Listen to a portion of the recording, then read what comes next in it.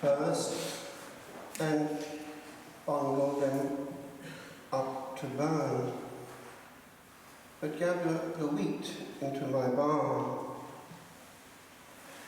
These last Sundays of the year remind us of this omega point. We all end up 6 feet under, and then we don't have the last word. Just actually this weekend, I was floored by a bit of unexpected news. It was somebody I knew well, who had been good to us, who had great faith, and was engaged professionally with handling that faith. The best undertaker in the area, not in the immediate area, but not far away. He was depressed, and he was found hanging from the gallery in a church not too far from here, where I've celebrated more than once. And I thought, if only somebody had been there to pick up the messages, what is hidden between the lines, what is not being said, what is not being heard in time.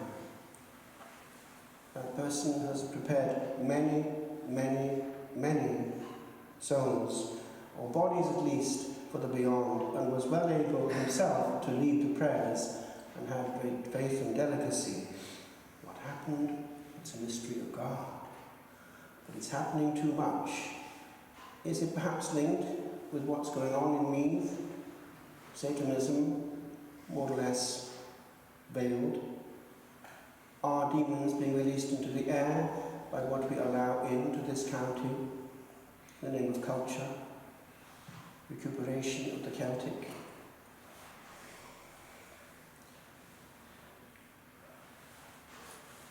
Do you remember that this is also, in England at least, Remembrance Sunday, the 11th hour of the 11th month, and it was a time that began that pause of 2 minutes throughout England. All the cenotaphs, even the television is in silence. And it's quite moving actually, especially when somebody is able to use the bugle and to sound out the last post.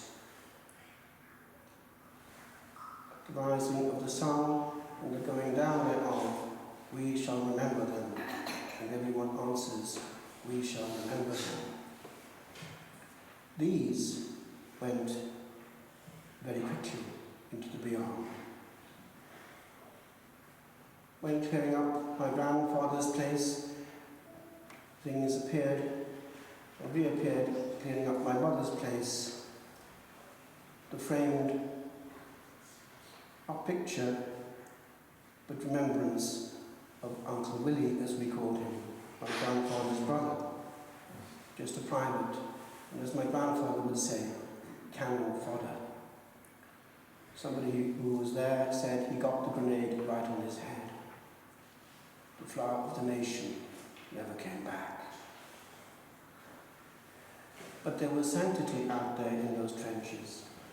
A friend of mine is a postulator for the cause of one of those, I would say, great saints of the trenches, Willie Doyle. It's worth reading actually his life, an amazing martyr of charity. But that's another story. But listen to this.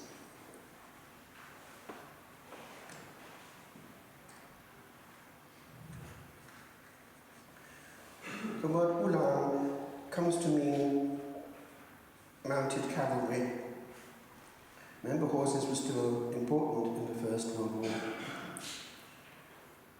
Sent with 5 men to reconnoitre in a wood, we came across an Ulan officer with 2 men who were dismounted, studying a map by the light of an electric lamp.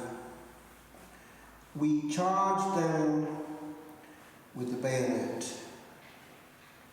The 2 men were killed and the officer severely wounded. I went to him and found him a handsome figure of a man with a face like marble. Lying in a pool of his own blood, he murmured words of which, though I could not understand at first, I gradually gathered the meaning.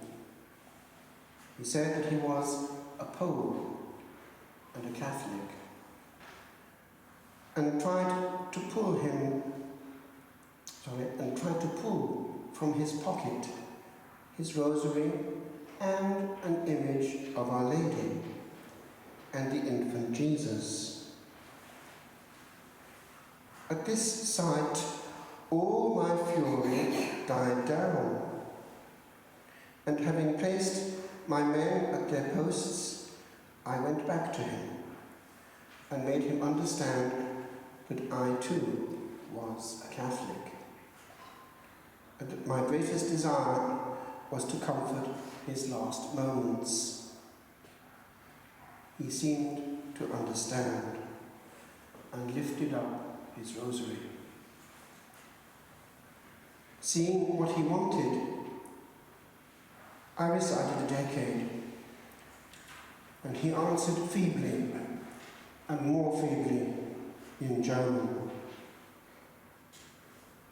After which he raised the beads to his lips and kissed them several times. Then he handed them to me, and I also kissed them. This seemed to please him. Then I had to go back to my men, so I put his rosary and image in his hands and left him. Next morning, on my way back to the trenches, I found him lying dead, just as I had left him.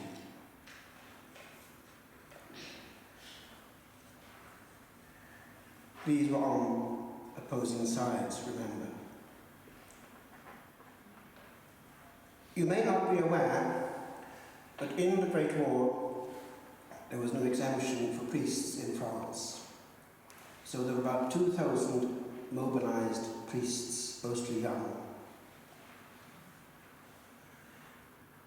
An unnamed priest is the central figure in the story which came through from the front. In the hall of a great railway terminus in Paris, a number of wounded men were laid on the straw, waiting to be taken to a hospital. 8 of them were very badly hurt, and some of them were evidently not long for this world. One of them seemed to be very uneasy. A nurse went up to him and offered to rearrange his bandages. His reply was, "I want a confessor very badly." "Is there a priest here?" asked the nurse. Just then, another soldier, lying mortally wounded, plucked the nurse by the sleeve. "Madame, I am a priest."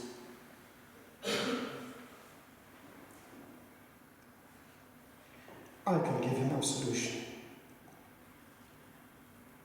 "Carry me to him."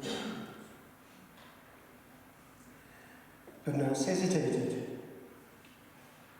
The soldier was suffering from the effects of a horrible shell wound, and the least movement gave him excruciating pain.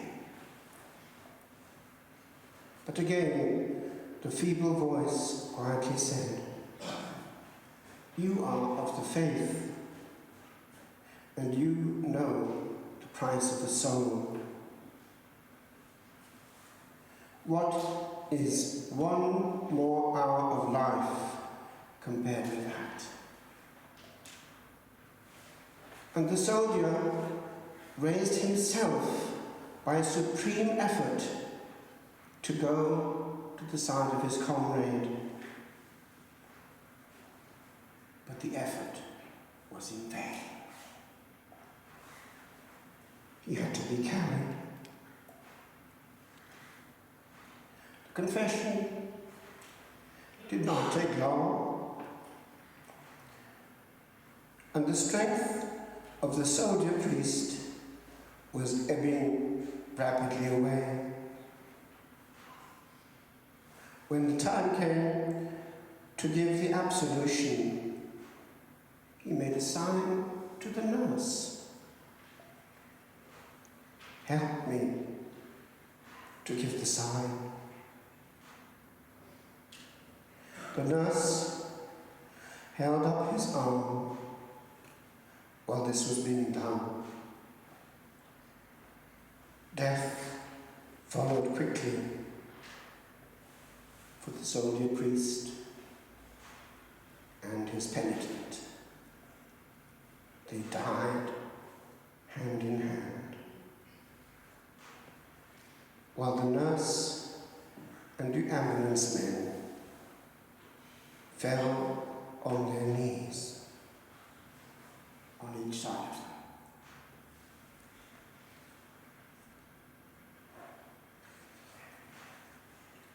Do you know that angels were seen over the trenches?